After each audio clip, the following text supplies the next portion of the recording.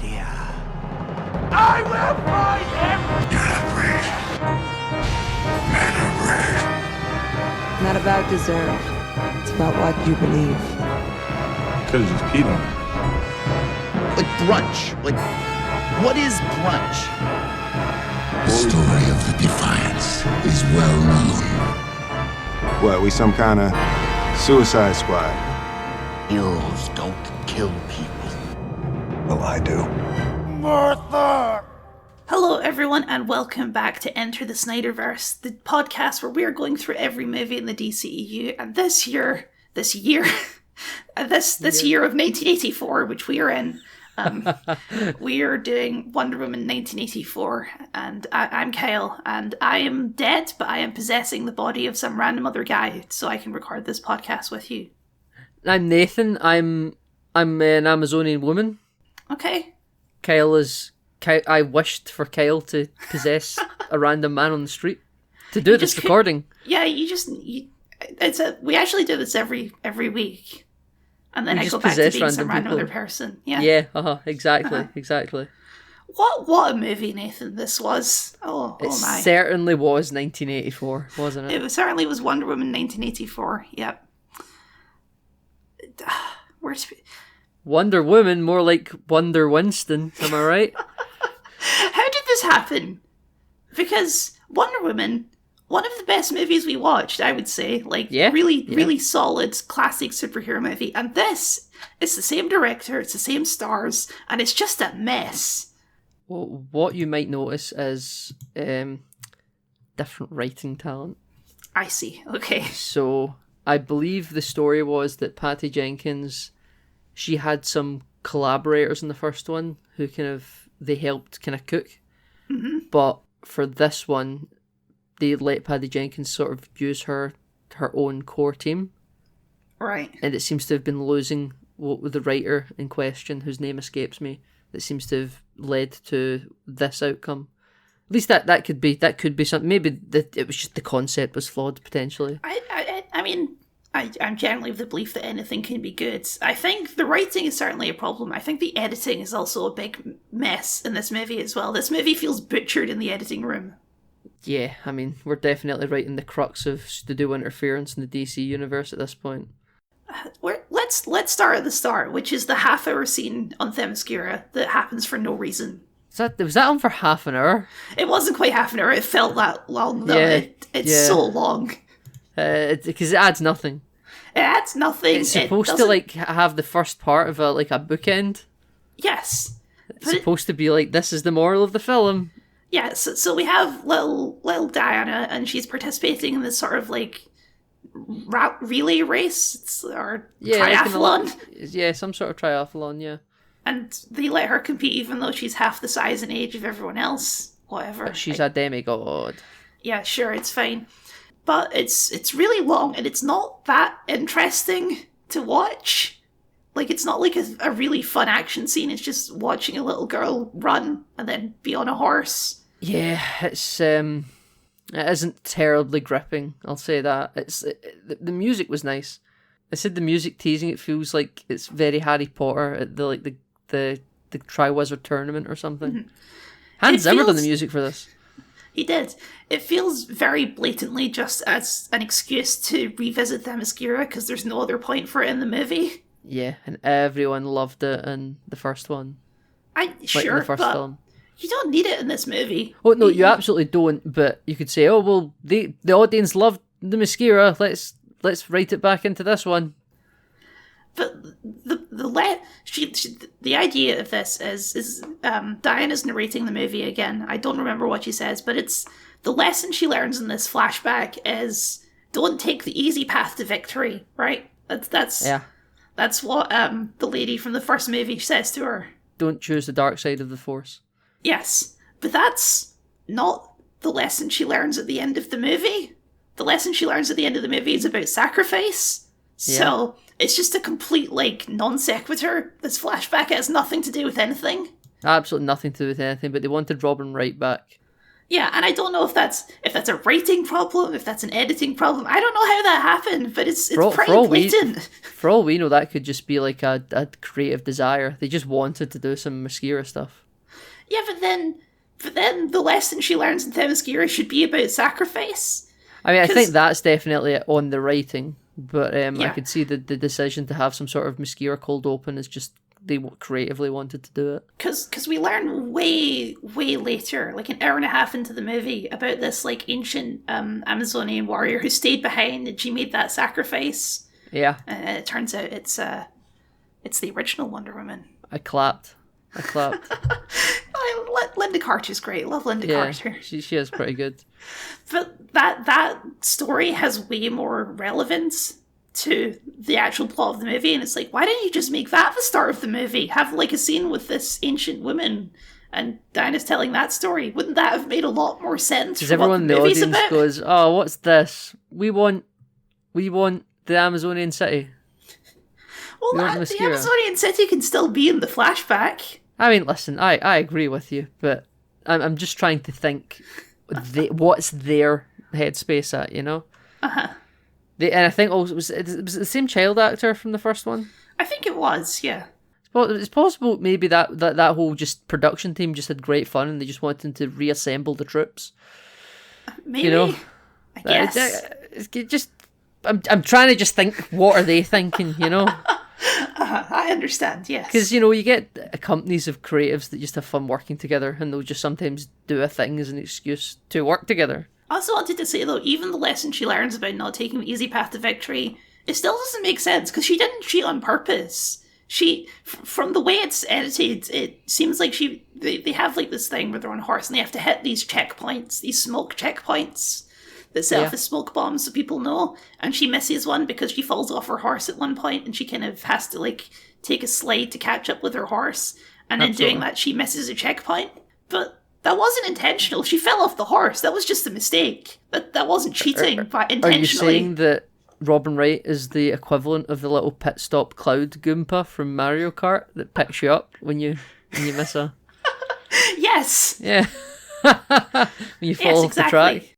I think it just seems a bit harsh to punish her for that. I mean, obviously she still can't win because she missed a checkpoint, but it was an honest mistake. She didn't cheat on purpose. Yeah, it's like, let's get the judges involved, you know? Uh-huh. Anyway, I completely agree with you. This has nothing to do with the rest of the movie because we're going to the groovy 80s, aren't we? We are going to... Did people call the 80s groovy, Kyle? No, the groovy 60s is groovy. What's the 80s? Funky? No, that's the 70s. Funk, that's the 70s. You know? It's disco. I would say disco is more 70s. 80s is like synthy, is it not? Yeah, synthwave. Yeah, New World Order. Synthwave. So yeah. I don't know what the dance move to the 80s is. I mean, the trailer music for this was new. It was Blue Monday. Oh yeah, I have that song on my playlist because of that trailer. It's like, damn, it's a good song. Yeah, very much. It's a fairly iconic song as well. I think it actually did come out in '84, funnily enough. Mm-hmm.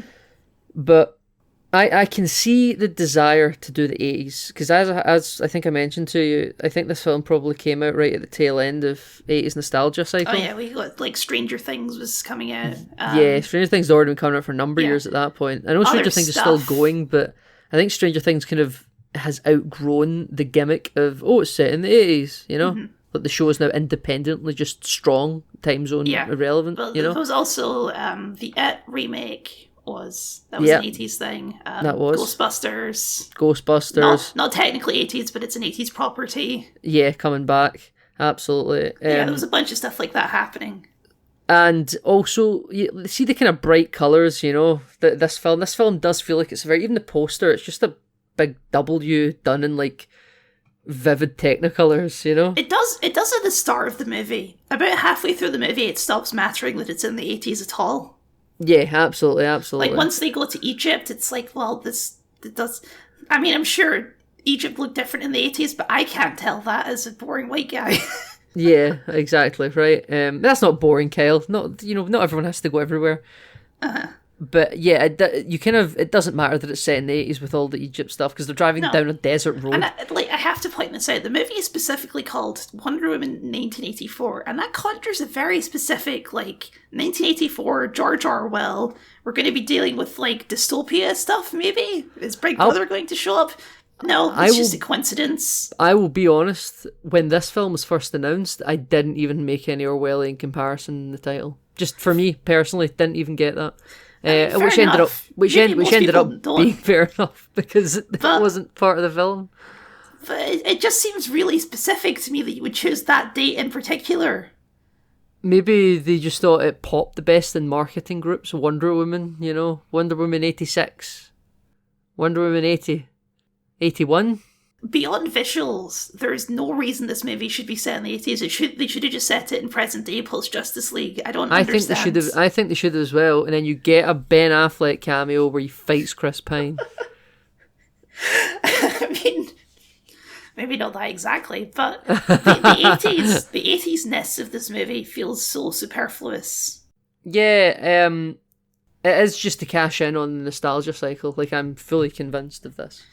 They do some fun visual stuff, Pedro Pascal has his oil ad, which is it's very 80s influenced ads, and they have the action scene in the mall when it's a very colourful 80s mall. Yeah. But that's all just visuals. Yeah, all just purely set dressing. Mm-hmm. I have in my notes here that Pedro. Do we want to talk about the 80s more? Do we want to get into the meat of the film?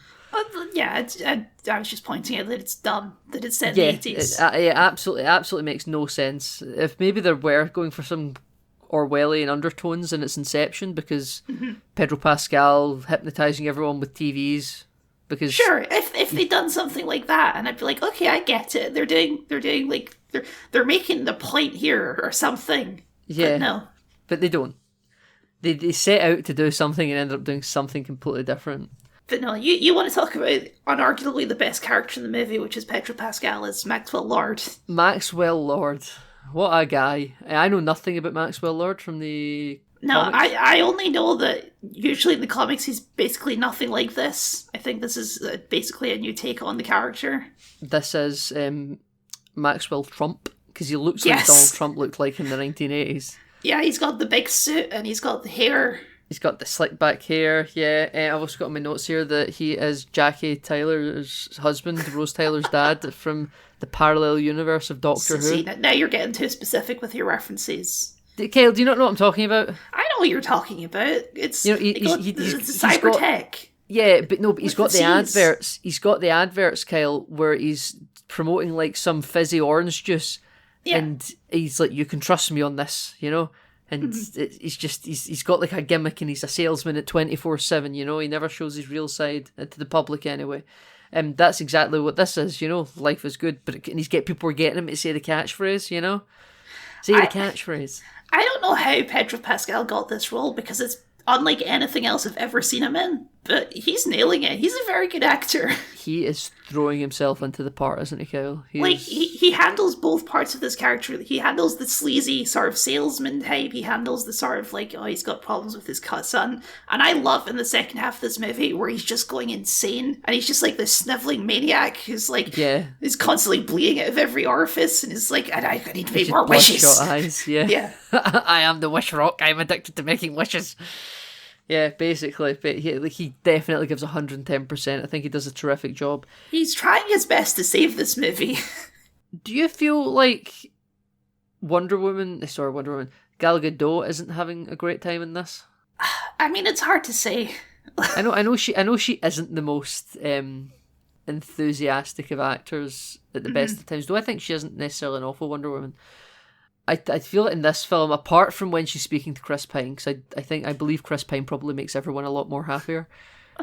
I just feel like she's just not enjoying what they're making. Yeah. I've got a feeling whatever she had, I mean, she was contractually obliged to make this, but whatever they first presented to her for this project is probably not the outcome that they even found when she was making it, Yeah. Well, this movie doesn't really do much for Wonder Woman as a character, per se, because this whole thing about learning sacrifice, it's basically the same thing she learned in the first movie. Yeah. with the same character, no less. What we saying, Kyle, about her century absent? Don't worry about it. Don't worry about it. Nathan, she destroyed the cameras, which means it's completely safe. No one would know who she is. With hundreds of people watching her. But she told that little girl to be quiet about it, so... What about all the henchmen she doesn't kill throughout the course of the movie that can then go and tell other people about her? What about when she gave an impassioned speech to the entire world on yeah. live television? Absolutely. Yeah, where she spoke to the globe and no one knew. Yeah, again, this would all be completely fine if you just set it after Justice League, and then it wouldn't even be a thing you would consider. But because Justice League and Batman v Superman is specifically established, she's been missing for 100 years, it just makes no sense. Absolutely no sense at all. I do believe this was a whole new writing team, as I mentioned earlier, so I don't know what their loyalties were to... I mean, this is the point where they're like, maybe we're rebooting it. We're entering the period of maybe this movie's a reboot, and they just said that for every movie. Possibly, yeah. Listen, sure, why not, you know? See, you talked about Chris Pine being in it, and they flipped the fish out of water dynamic from the first movie. Yes, but I don't think Diana works as the knowledgeable one. Like, in that dynamic, I don't think it has as interesting a chemistry as it did the other way around, and that's probably just because Chris Pine's a better actor. But I think Chris Pine can sell anything flipped. Chris Pine can sell it. I don't think she can sell being the one who's knowledgeable, though. You know what I mean? I don't know. I think she does a very good I'm a distant loner type. See, when she's sitting, having a glass of wine and sitting outside a restaurant, and the waiter says, "Are you waiting for somebody else to join?" She says, "No, I'm just by myself. I'm just chilling." I think she does the kind of I just want to be left alone to just sit and live my life in solitude quite well. I don't know if that's because Gal Gadot's natural performance is to kind of give a sort of detached character. Though I think with Ben Affleck, she does quite a good job, seeming a little bit more intimate. Well, if you want to talk about intimate, we have to talk about Cheetah in this movie. God, this film's so gay, isn't it, Kyle? Isn't it? It's not just me, right? When they're having those initial conversations, there's like something going on there. I'm not just imagining that. Well, I think it's... Now, this could be because of Gal Gadot's poor ability to emote, but it felt very one-sided, and that I don't think Diana Prince gave a hoot about her. No, but I think there was definitely something going on there with Kristen Wiig. Yeah, I mean, I could totally buy that, absolutely. I have a note that says, everyone's a lesbian. It's when Barbara goes to get a new outfit, because apparently she's hideous and ugly, which she isn't. Yeah, it's that classic, you take the glasses off and suddenly it's an amazingly attractive woman. Yeah, and the lady that's like fitting her for outfits and stuff is like, "Oh my god, you look amazing, I can't even talk. Oh. Oh god." I was like, that is just such a ham-fisted way. That's because she is magically made more attractive by the Wish Stone. By the Wish Stone, absolutely, Kyle. Absolutely. This one that they thought was a cheap knockoff. I mean, it looks like a cheap knockoff. It's a terrible looking prop. It's not a good prop at all. It does look like it's made of plastic. It looks like something you would buy in the gift shop at Disneyland or something. Maybe that's the point. That so looks more accurate. It encourages toy sales because everyone wanted to buy Wonder Woman 1984 merchandise, Kyle. Yeah, everyone wanted a Wish Stone on their desk, you know. I mean, there are a market for people that like geodes. Sorry, you know? they call it the Dream Stone, I think, not the Wish Stone. Even though he says that's what I wish for, they kind of alternate what it's called. I don't remember what they call it, to be quite honest with you. I just call it the Wish Stone. I think. Yeah, it's a stone that grants wishes. He snorts it, doesn't he? He wishes to become the Wish Stone. That's what he does, and then it sort of dissolves into him.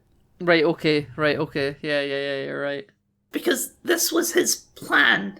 Even though I don't think he thought this plan through very well, I'll be honest. I think if you have like this thing that can grant any wishes, there's better ways you could word that than "I want to become you." Yeah, but that's kind of the thing. I kind of find stories dealing with wishes to be quite just a boring trope, because it's always, "Oh, you didn't word it precisely enough, and now you've got a monkey paw." You know, I'm just kind of over it. You know? The problem with this one especially is that the rules of this Wish Stone make no sense whatsoever. No, it's like you can get what you want, but there's a trade-off, and the person that grants the wish gets to choose what the trade-off is. But presumably the stone wasn't able to make that determination. It wasn't a sentient object. No, they say, like, it takes away what you hold most precious, which it doesn't. It doesn't do that, because it's just different for everyone. For Diana, it takes away her powers for some reason, which I don't think she would consider to be her most precious thing. I mean, sure, it's good that she has powers, but... Yeah, it's like I don't think she's somebody who, like, lives by her powers. Yeah, and then for Barbara, it takes away her humanity or something? Is that what she considered most precious of herself? Not, like, her intelligence like, her niceness, which, when she was, nobody liked her. So I don't see why that would be, like, her deepest thing that she loves. I didn't even know what it took away from her. It seems to make her evil. That seems to be what happens. Like, maybe that's what makes her evolve. Like, it takes away her beauty, the thing that she would value the most. And it was like a delayed reaction. Well, Diana says to her something about, look at all you're giving away, your personality and your empathy, the things that I liked about you. There is that line, but it doesn't make sense. No, I mean, none of this makes sense. Absolutely. I was so hyped. I should probably say, Kel, because I always ask you, and you always give me the same response every week. This is the first time I watched the movie. Yeah. Yeah. How did you first come to the film? So I first came to the film with the ride with the DC bus. I was the DC EU tour bus. I was seeing them all, and I was so hyped when they announced the Wonder Woman film set in the 80s. I thought it would be done smarter enough to justify the century of absence not being, but actually being relevant to the story.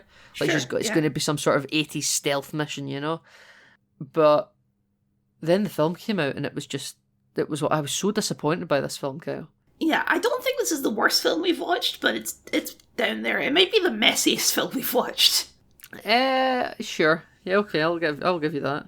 I don't think it's worse than Suicide Squad, but it's on the lower end for sure. I find Suicide Squad more rewatchable than this. I think I agree. I think Suicide Squad is more fun to watch, just because of how dumb it is. Absolutely. That's why it's the jukebox film, because it's always just throwing new shit at you so you don't disengage from how silly it is, But this film sort of treats its subject matter serious, which by the way, I should say, I always prefer it when a film does that. Mm-hmm. But if it's not entertaining, you're going to lose the audience, eyes real quick. Well, also, like, more things with the wish stone that don't make sense, right? Because there's so much about the wish stone that doesn't make sense. You don't have to you don't have to vocally say your wish. You can just think it, because Diana never says this I wish for Chris Pine to come back. She just thinks it and says, I know what I would wish for, and it still grants it. But then with Pedro Pascal, it must be said verbally. Yes. Because his ears are the wish givers, Kyle. Yeah, because he's always like grabbing people and saying, you wish for this, don't you? And they're like, yes. And then that works, I guess. Yep. They're like, he insists, he's like, tell me what you wish for. And then he's like, sure, give me your wish. Yes, I gave you my wish 2 days ago. Because why does everyone get limited to one wish? I don't know, that's just how it works, I guess. That's just how it works, okay. I'm fine with that rule. There's other stuff, like, okay, so Diana non-verbally wishes for Chris Pine to come back, but the wish stone doesn't just bring him back. It doesn't just like, he just appears out of the ether, right? Which is how you would think a wish like that would work. No, it puts him in the body of some random other guy as like a possessive spirit. What's that all about, wish stone? Why did you do this? Why did we do this? And so I have a lot on this, Kyle. It's so bizarre. It's so bizarre. So Diana is just fine, like, with all of this. Curious, but not really concerned. He's just some dude with the memories of Steve Trevor, potentially. Or his spirit is possessing him or something. Yeah. Like, Diana still sees Chris Pine, but then later on goes on to imply that he looks a bit different. Well, I think Chris Pine is just for us. Like, Chris Pine is not really it doesn't physically change what this guy looks like. We're just seeing Chris Pine as the audience through the camera lens. Through the camera lens, yeah. But why does she believe that this guy's Steve Trevor? Because he says something that triggers her memory. I can't remember exactly what it is. He could be a telepathic alien. He could be Martian Manhunter. But Nathan, the watch starts ticking again, and somehow that means that Chris Pine is alive again. This could be some sort of manipulation by some secret Injustice League. This could be Jesse Eisenberg. Yeah, I mean, you're right. It's just such a bizarre plot that Chris Pine, he wakes up in someone else's apartment and he looks in the mirror and he's a different guy and he's just like, I guess this is fine. I would be freaking the hell out. Yeah, absolutely. Absolutely. This is like a body horror movie. This is Trading Places. This is Freaky Friday. It is Freaky Friday. Like, what happens to the other guy when this is happening? Is he just like gone? Is he like a silent protagonist inside the body screaming? Yeah, yes. Is that... Nathan, they have sex with this while he's in this other man's body. The questions of consent are astronomical. Yes. They're further acknowledging that Steve is in someone else's body whilst they're in bed together. Yeah. And then, like, even beyond that, they take silly. this guy's body to Egypt to chase after a supervillain. This guy could very easily die, and they would be at fault for that. Yeah, absolutely. It's just... But how are you going to hold Steve to account? Presumably when this guy dies, Steve doesn't just possess another body standing 2 meters away. It just... Why did they do this? What was their rationale behind... Because they could have just had him appear in, like, magic. They could have just had him appear. I don't understand why they did it this way. It's definitely a choice. Yeah, I just... Does it add anything to the story to do it this way? It's not like it makes it more realistic or something. I think it's absolutely brain rot, to be honest. Because so there's a line where Diana says, "All I see is you," when she's speaking to Steve. But mere moments ago, because that Chris Pine, Steve Trevor, says to Diana, it feels like you haven't aged a day, like nothing's changed about you. And Diana says, I can't say the same about you. Yeah. Meaning she sees a change. Yes. But then she says, all I see is you. How does it work, Kyle? The honest answer is it just doesn't work. It doesn't so make any stupid. sense.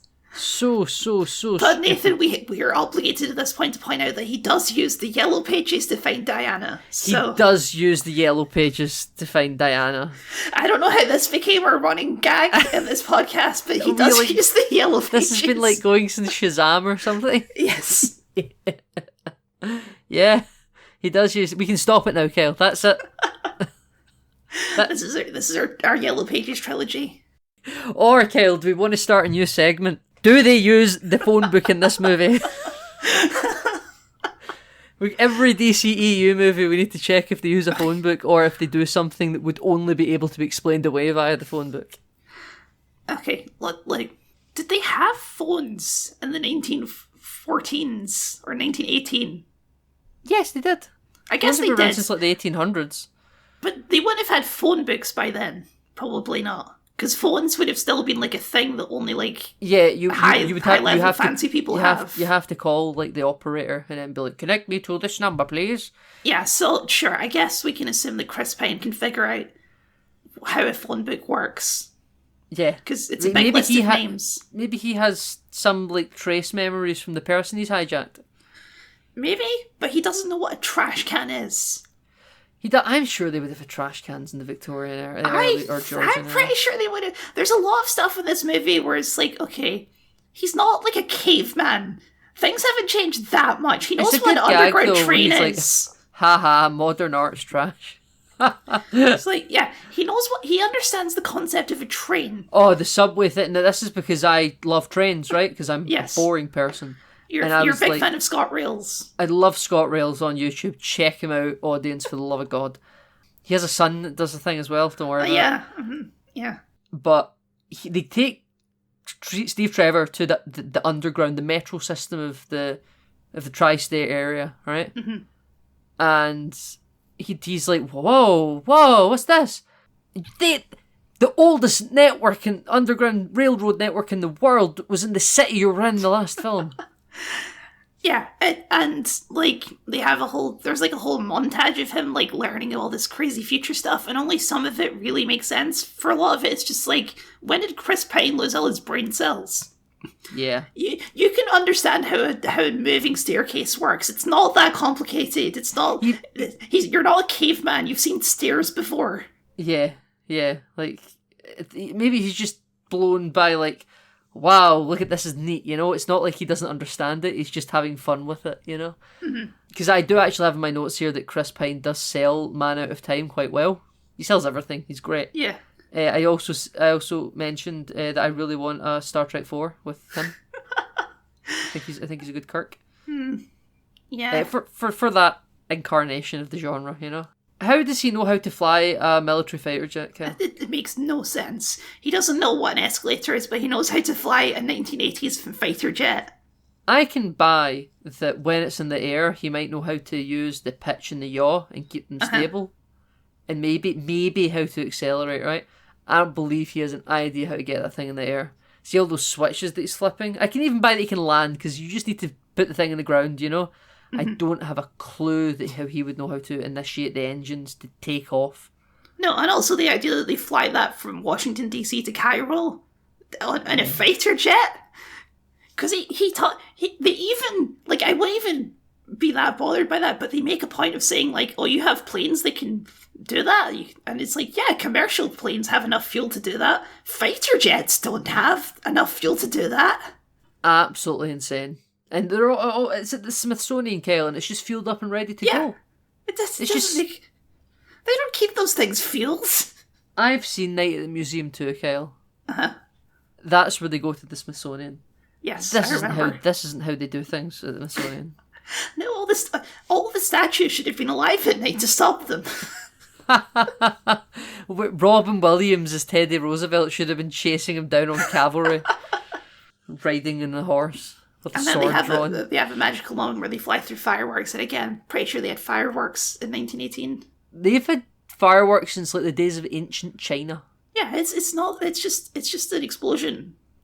It's not Yeah. that complicated You stuff. had heavy artillery shells, Chris Pine. Yeah, and then that's also the scene where we get the invisible jet, because Wonder Woman's just like, oh, I think I can make stuff invisible. I've done it once before, I lost the mug, I never got it back. Yeah, and then she just does it, and now we have an invisible jet, and it's Yeah, you couldn't think of something any better explanation for that than she just tries it and it works. Something that would have been so useful in the fight against Steppenwolf in Justice League 2017. That's true, because this is after that movie, so that means she could already do it. Just turn the big bat crab invisible or whatever. Yeah, exactly, right? Just sneak up on Steppenwolf with the cloaking device. Yeah. Just turn yourself invisible. Yeah, decloak on top of him and just land. Everyone remember where we parked, Kyle. And yeah. And in more 80s stuff, we get the reverse fashion montage, right? And I am convinced that was a reshoot, because he comes out wearing the same outfit he was already wearing. Yeah, I could see what you mean there. I never considered it like that, but you're right, it definitely would be an easy reshoot, because he just wears an outfit, he's wearing like a tracksuit, then he does a fashion montage, and for the rest of the film he wears the exact same tracksuit he was wearing before, except now he's got like a bum bag. Yeah, so there was probably originally a scene where he grabs that bum bag, and they were like, let's replace that with a fashion montage.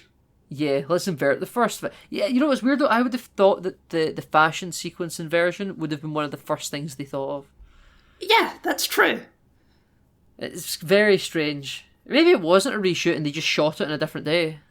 I also want to say, as much as I love Chris Pine, he looks bad in all of those outfits, including the one he wears for most of the movie. It just does not suit him.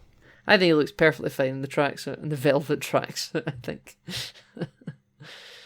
And that white t-shirt he's wearing, then he ties the jumper around his waist. He just looks like some dad.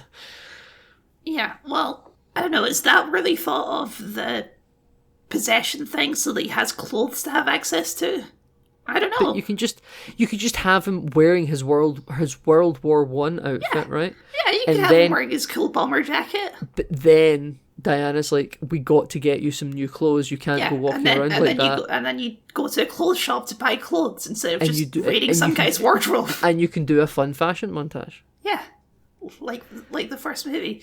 Oh, we get shots of all of her friends being dead and old, so that's nice. Yeah, I thought that as well. There's one picture where she's like with an old woman visiting New York, and I was like, yeah, I assume that's supposed to be Etta Candy.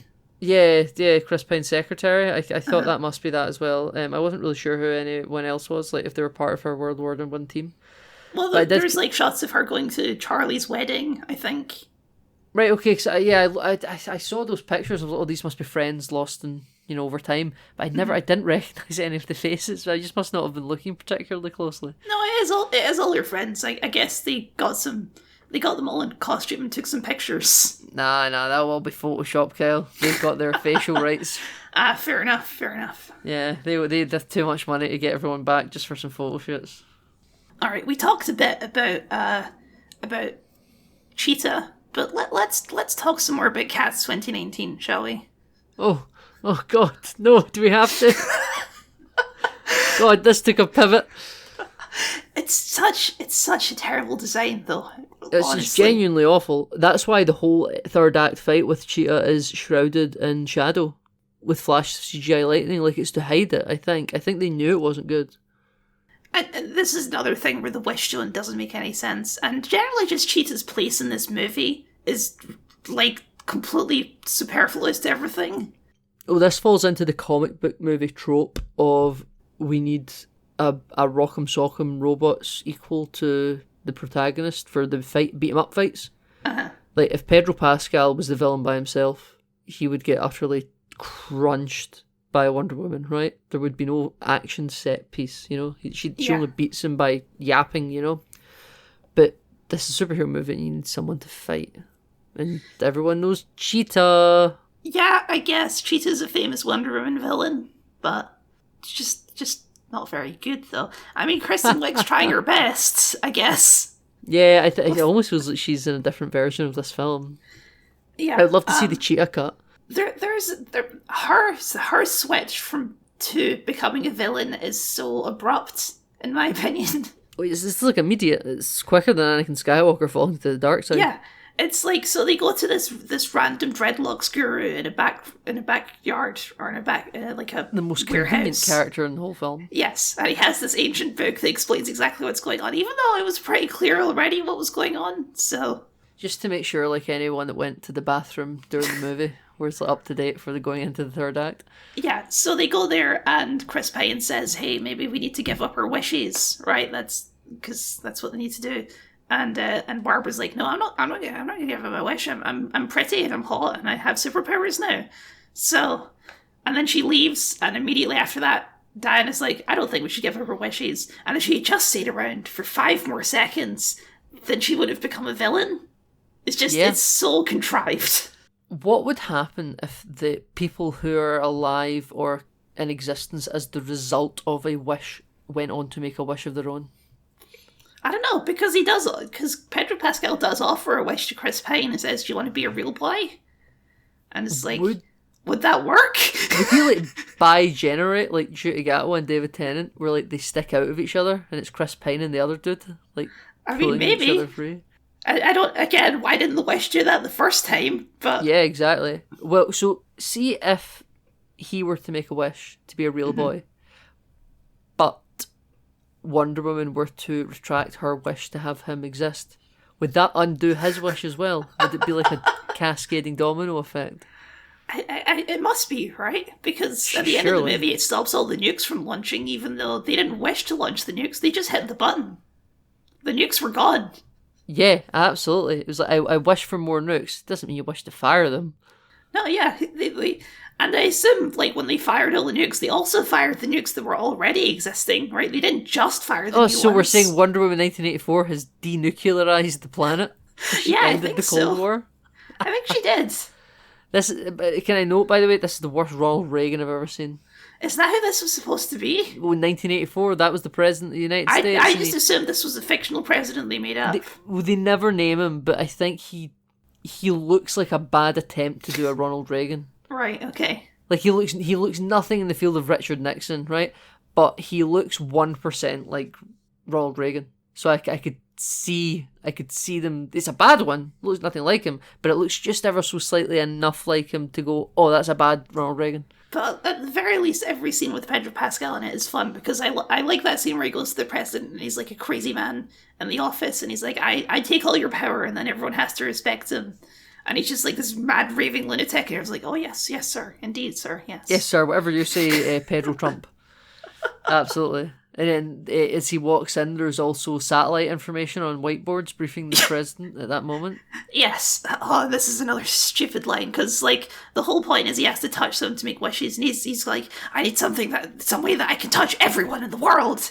And they have this satellite thing conveniently up on whiteboards. It's like, oh yes, they'll be able to touch everyone in the world. And it's like, I mean, you say that, but you mean that as a metaphor, right? It's just like it's a signal. It's not a literal touch thing. But I guess it is. I guess that counts. Well, the president, he literally wants to clarify. He's like, does that mean you're touching? He was like, well, that's how it was explained to me, Pedro Pascal Maxwell Lord. You know, and he's like, well, that's good enough for me. It's just a figure of speech, right? It doesn't actually work that way. Surely it's a figure of speech. I agree with you. Surely it has to be. But no, we're wrong, Kyle. That's how it works. Because if atoms touch each other, that means we're all touching each other at the same time. Because it's a conga line. It's a chain. I mean, we skipped over all the stuff in Cairo that is in the movie for why? I don't care. It's the most boring part of the film. They build a wall. Yeah, they build a wall. Oh, topical. For 2020, apparently. They have the scene where they buy the car off of that guy and he just strand him in the desert. It's like, even if you're offering a bunch of money, I don't think you take that money until you're back in your driveway, you know? You know what would have been good? If they maybe set this at the end of the Cold War. To have, like, say, like, somebody made a wish to like, bring down the Berlin Wall or something like that. Sure. That would have made more sense than this. I mean, at that point, Pedro Pascal, he's still looking for oil for some reason, even though, like, he has magic west powers. He doesn't need oil anymore, because he already wished to have, like, he made the wish and all of his oil, every single oil field that he owned suddenly bear oil all at once, right? I like the funny bit where he starts wishing to hire people, so people just start, like, popping in off the street. Yes, that was quite funny. Yes, I agree. Do those people, right, okay, do those people pop into existence just round the corner? Or were they always walking by and then they've just been snapped into, oh, I'm actually here to interview for you? I think so. I think it's a sort of brainwashing thing. But they must have already been in the empty building, because that's a quick time for them to come in off the street and then up the stairs. I think those are real people, because as we already established, the wish can't make people, right? Because no, it makes you hijack another body. Yeah. So they must be real people. Maybe it teleported them there. Yeah. They were just like sat in their room and suddenly they just appeared. Because I think there's a scene with Ronald Reagan where he sort of appears in the Oval Office and he's like, I could have sworn I was somewhere else before. Yeah. So I guess that's what's happening. Yeah, it does whips people around to be where they need to be. Mm-hmm. He has the power of bullshit editing, is what he does. If it's able to warp space and time, Kyle, why couldn't it have just pulled Chris Pine out of the cockpit of that plane in 1918? I don't know. So he just brought him. He was like, oh, I was in the cockpit of the plane and now I'm here. Why? Now I'm actually alive again. Why does it make Kristen like a cat person, Nathan? Because she likes Gal Gadot's cheetah high heels at the start of the movie. Yeah.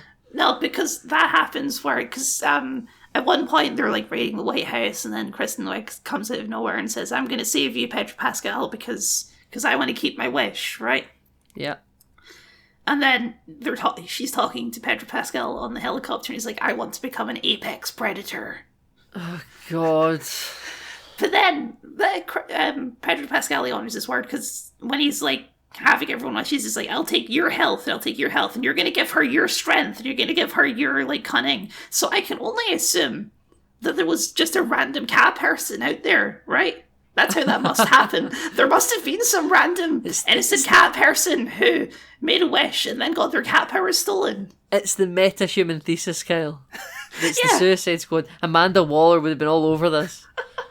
That's why it's set in the 80s, because Amanda Waller would have been all over this about having modern day. That has to be the reason, right? There has to have been just a random cat person. Nah, surely not. But that's how the wish stone works. It takes things from people. So it must have taken, unless a cat made a wish, and it took the catness from a cat. A cat made a wish. Good. You know, it makes just about as much sense as the rest of this film, doesn't it?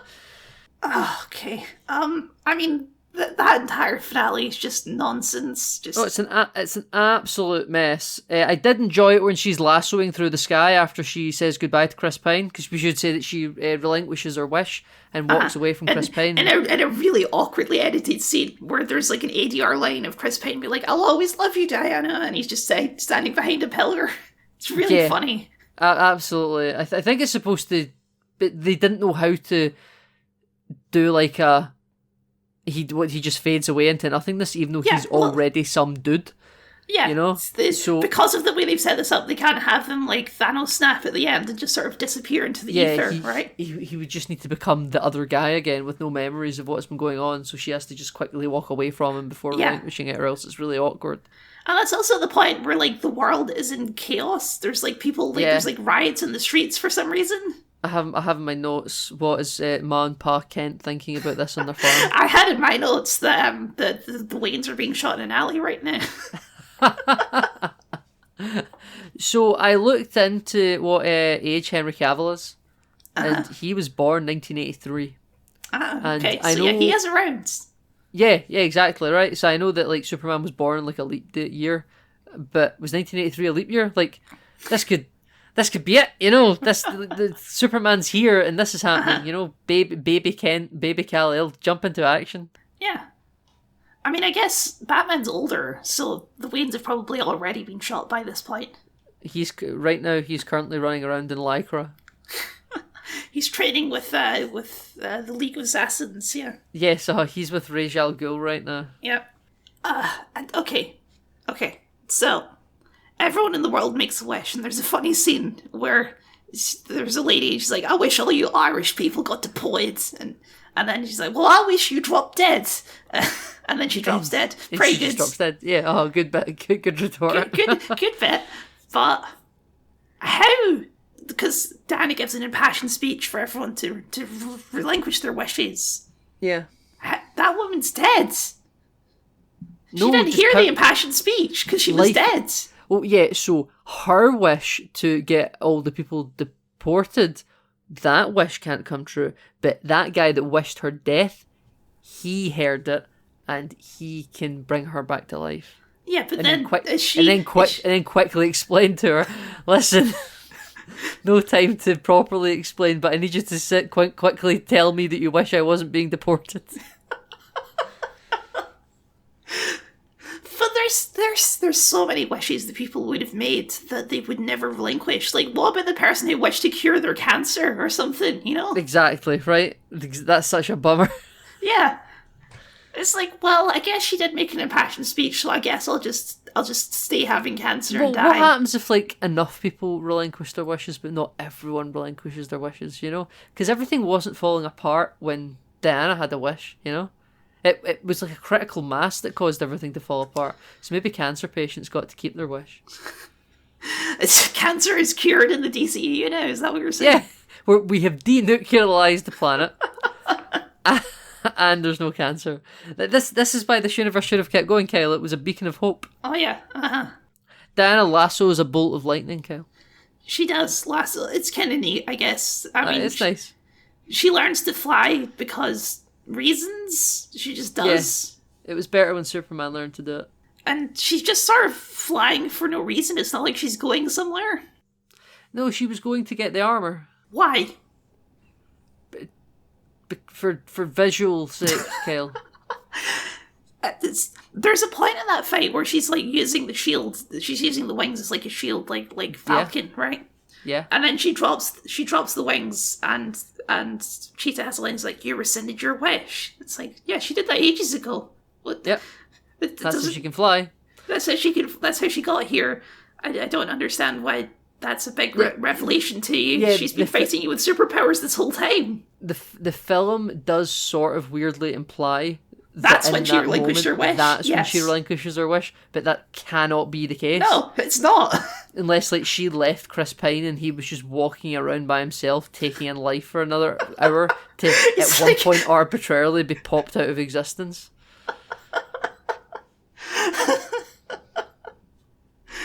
Oh, God. Why does it stop the nukes? Just poof out of existence. Because they were wish nukes, Kyle. They were all wish nukes.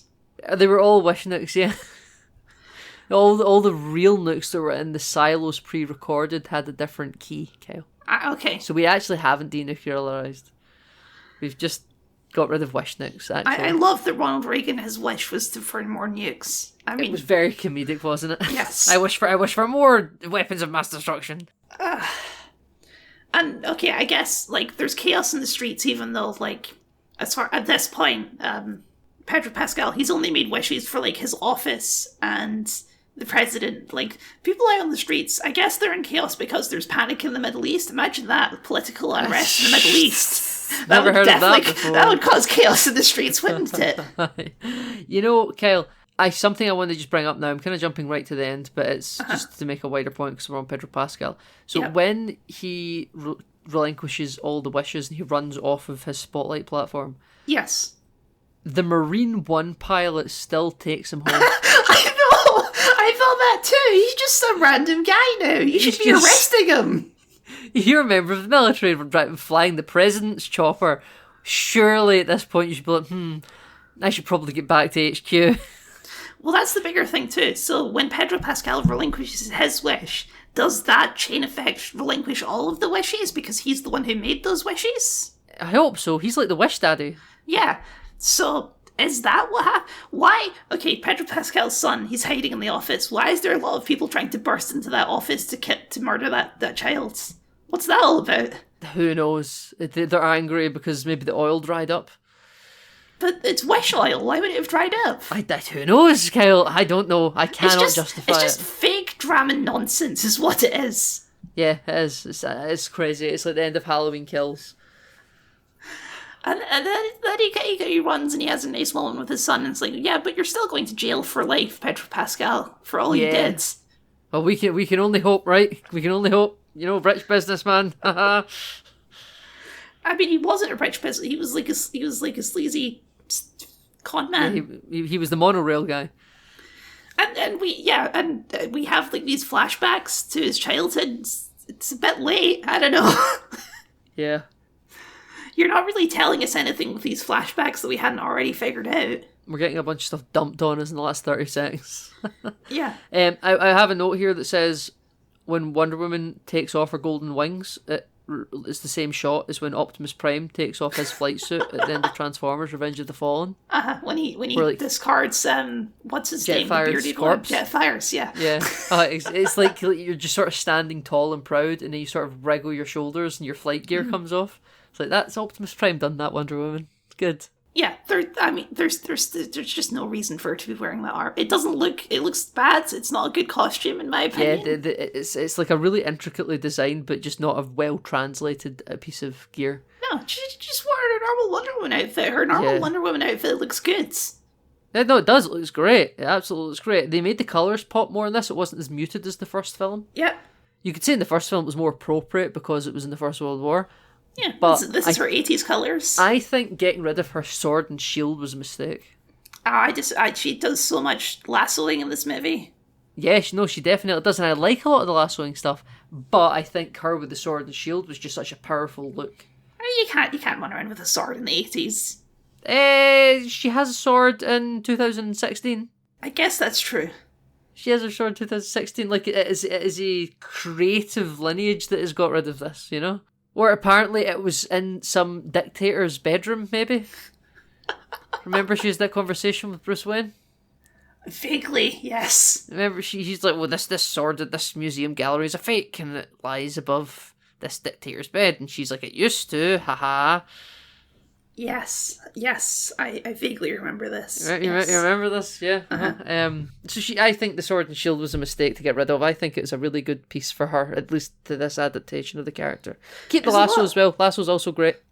There's a lot of Wonder Woman saving completely oblivious children in this movie.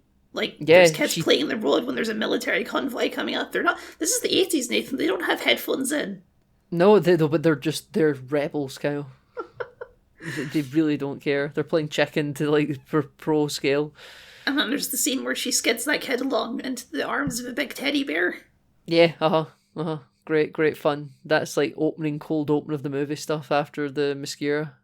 Because there's a secret, there's a secret artifact trader in the mall jewel store. Yeah, I have this here. The jewelers is called Kozlov Bros Jewelers. What a really unique and creative name for I'm a black market dealer by being ever so slightly racist to Eastern European heritage. You know? And yeah, I guess the Wish Stone was just in that place. Yeah, it was just there. Why not? Yeah, I guess, sure. I also mentioned this all really escalated quickly when the dude picks up a child and holds her. Oh over. yeah. I mean, to be fair, that's part of the scene because all of his fellow heists are like, dude, what are you doing? Yeah, they're Don't like, kidnap no. a child. What are you doing? Yeah. But I just in the cinema, I think at the time I remember going, what the hell is happening here? Like, just because the film is also acknowledging that it's wild doesn't mean I'm going to let it away with it. Mm-hmm. Yeah, and there's so much just like why is this in the movie? There's the whole idea of like Diana losing her powers, but it doesn't really like change the way she fights at all. Like it's not like an immediate her powers are off. It's like a slow fade of her powers. I've seen Spider-Man 2. Yeah. Remember Tobey Maguire starts to lose his powers because he's in love? Yeah. I And guess. then it just keeps fading in and out. He tries to swing and he falls and he hurts his back because he can't. He's too in love to Spider-Man. Yeah, like I'm not inherently against the idea, but they don't do anything with it really. No, they do nothing with it. It's just part of the wish givings, Kyle. It's part of the be careful what you wish more for. like the misgivings, am I right? Misgiving, hey. Did you like the end of the movie where it turns into a Hallmark Christmas movie for a few minutes? Where she meets Chris Pine, no longer Chris Pine in the snow, and it's maybe they're going to get together, but no, she lets him go, Kyle, and it is in the snow, and they're both standing and smiling in their long winter coats and scarves. They do some both weird look really aspect pretty. ratio changes in this movie. I don't know if you noticed that. Like all the stuff in Themyscira is in like widescreen, and then it like when that scene ends, the screen closes in to cinematic ratio. I think that might be because the film has sections that are shot for IMAX. I guess so. Because that was always the thing where when you're watching The Dark Knight, this was like a big thing at the time. You could always tell when an IMAX, because the whole film wasn't shot on IMAX. But the reason I noticed is because that final scene is in widescreen and it looks like a Hallmark movie, and I was like, is this what they're going for? Because that guy that they've got, he looks like a sort of typical Hallmark, like he would be the love interest in a Hallmark movie. Yeah, like I'm sure he's been in Sex in the City or something. Oh yeah, he's a single dad who chops down Christmas trees or whatever in a small town. He's Scott Calvin from the Santa Claus kind of. Oh yeah. So she lets him go. Yeah, I did think about that. Was quite weird. Cheetah, she electrocutes Cheetah, Kyle, and doesn't kill her, but has zero effect on Wonder Woman whatsoever. Yes! Is this established lore that Wonder Woman doesn't conduct electricity? What the hell because was that? her head's not underwater? That she's wearing a metal suit. Yeah, no, I mean, I agree with you. It Surely makes no sense. she's more at risk of being electrocuted. Yeah, it is quite strange, isn't it? I thought it killed her, then it didn't kill her because you want to bring back Cheetah, of course, because everyone likes Cheetah.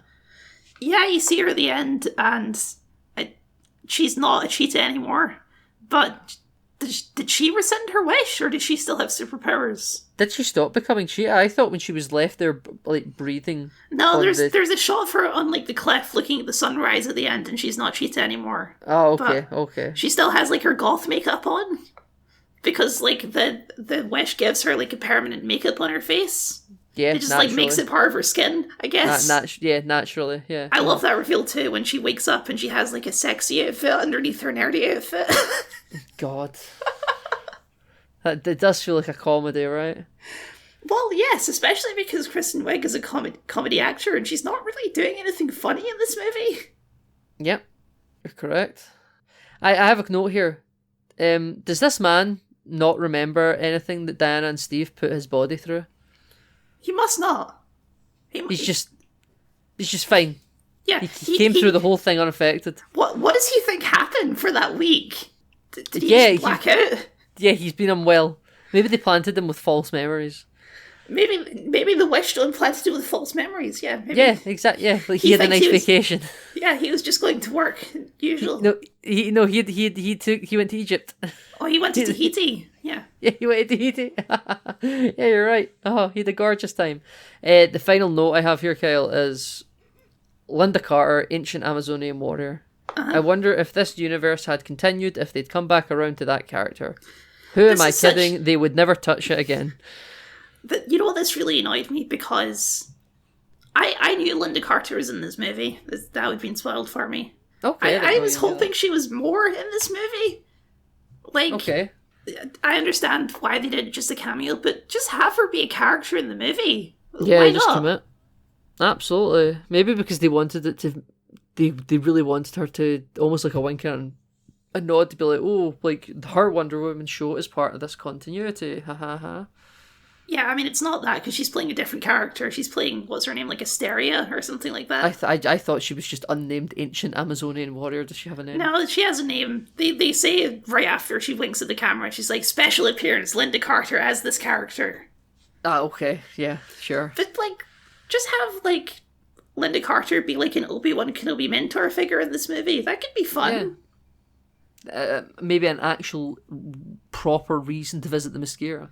Yeah, have like Linda Carter impart this lesson onto Gal Gadot about sacrifice and what she had to do in the past, and have that be like a point. In, don't just bring in Linda Carter for 5 minutes. Linda Carter's a good actor. She can do Gal stuff. Yeah, absolutely. Better than Gal Gadot. And she still also looks great. Like she doesn't look like excellent. She's not like people. You know, because people say that Hollywood's a really vain industry, and people kind of get a bit out of shape, and they don't want to bring that person back. Linda Carter still looks pristine. You know, there's no reason that a casting director wouldn't want her in the film unless she's like a big bitch or something. I feel like I've heard plenty of nice stories about Linda Carter. I think she's just an awful person. No, I don't know. I know nothing about Linda Carter except to say that her Twitter presence seems to be fairly wholesome. Yeah. She seems like a nice lady. Yeah, that's absolutely. Why not? And I will never see her again. We'll never see her again. Until James Gunn actually does just cast her as Wonder Woman in the DCU. That would be very funny. That I'd clap. So, Kyle, as that is done, speaking about Wonder Woman 1984, have you got anything else to come around on? Let me see. I think we hit all the key notes. We already said that the fight scene with Cheetah looks ridiculous when they're swinging on wires and stuff, right? It's so bad. It's just terrible. Even when she's like, even when Wonder Woman is super speed running in this film, it looks really bad as well because you can clearly see she's on wires. Oh, we didn't talk about the wind vortex. Remember when Pedro Pascal has a magic wind vortex around him and Diana can't get to him? What's that all about? Windy. Yeah. And I remember Diana breaks the TV camera that makes him then have to stand on the spotlight. Uh-huh. I've got in my notes here. It just says something fake news commentary. You know. That's what a lot of this movie feels like. It's like there's a wall in it. I guess that's commentary on something. I guess that's wall is bad. Wall is bad. That wall is bad. I get it, Kyle. You know, Pedro Pascal's a blonde mullet man. You know. Yeah. Yeah, this movie was bad. This movie was bad. What was the RT score, Kyle? Oh, of course. Critics 58%, audience 73%. What the fuck are you guys smoking? 73%. Oh, wonderful, Kyle. Oh my goodness. I actually didn't know the score for this film. See, Kyle, the way that you think audiences can be wrong, that's how I feel about Birds of Prey. Yeah. At least we agree this time. At least we do agree this time that the world is smoking some weird shit. Yeah, absolutely. I mean, almost all of the DC movies have a really high audience score just because, we use the Rotten Tomatoes score, but we both know the Rotten Tomatoes is basically broken, right? Yeah, the critic score is fairly reliable. What I think is always the best audience counter is cinema score, because that's done by a polling company that poll viewers when they come out of the theatre. Right, yeah. Because all of the DC movies for the audience score is usually full of Snyder Bros who totally inflate the score. Even though this isn't like a SnyderVerse movie, that's probably still what's going on here, because They it's are still producers on the film. They are producers on the film, and it's still technically part of the SnyderVerse. So. Yeah, what I would say about the RT thing, though, not being entirely reliable, they did try to fix that by saying you couldn't give a rating that would get taken into account unless you could verify you saw the film. I've never tried it to put it into practice, but they did say that they were going to be making it this was before this film came out. This was, I think, back in 2018 or something. They had said they were going to make changes for audience reviews to be a little bit more verifiable. I've never thought about this, but I wonder if I'm big enough now to qualify as a professional critic for Rotten Tomatoes. How big do you have to be? There's some critics I watch online, and I'm pretty sure that they only recently got verified after doing the whole business for years. I see. Okay, so you don't think I'm big enough yet? I listen, Kyle, I think you're big enough. But does the industry? You think I can just submit this podcast as official critic of the criticism of the movie? I think you could, yeah. Oh, we could be like Siskel and Ebert, Kyle. Oh, yeah. Absolutely. Absolutely. We're of equal intelligence. Oh, yeah. Are you Siskel or my Siskel? I don't know. Ebert's the more famous one, right? So yeah, well, you have the bigger following, I guess. Yeah, I guess I'm Ebert. But I'm more of a cynic than you. That's true. All right, Nathan. Kyle, sing us out. No. First, next week, it's the big one. Oh, is it? It is. It's me that's doing the intro. Oh, it is you. Good golly, gee whiz. I may have to watch this movie in multiple sittings because we're doing Zack Snyder's Justice League next week. It's time. Oh, I can't wait. It is the apotheosis of the SnyderVerse, I would say. This is the crown jewel in every I guess I should Snyder point out Bros. too that we are at the halfway mark now of this podcast. Oh, are we halfway done? Yeah, this is episode 10 of 20, so... Good God, that doesn't count bonus episodes. That's true. We haven't really talked about, we've talked about maybe doing Zack Snyder's Watchmen at some point. I don't know when that slits into the calendar, though. Technically, that should have been the first thing we done. Yeah, maybe we end on that, because maybe Aquaman isn't the best way to end. Yeah, I think we should end on Watchmen. Okay. But that means we need to do DC's Universe of Super Pets before it. Right, Kale, sing us out, come on. Well, thank you everyone for listening. Nathan, where can people find you on the internets? Hive, obviously, but besides from that. Well, Kyle, online you can find me at Nathan Tinney on Twitter and Instagram and Threads, Mastodon, Blue Sky, Hive, of course. I also run the Enter the DCEU Twitter account for the channel. I sometimes interact with people on there. Give us some more love on that account, though, because we're struggling. I have been trying. I'm trying to get into the discourse with people, but no one's biting. But yeah, thank you very much, Kyle. People can, of course, find me at Kyle the Scott on YouTube and at the other social medias, which I don't currently use, but you can still follow me there for the... just for the fun, really. For the return. for my grand return. Much like a certain Zack Snyder will be making next week. Yeah, boy.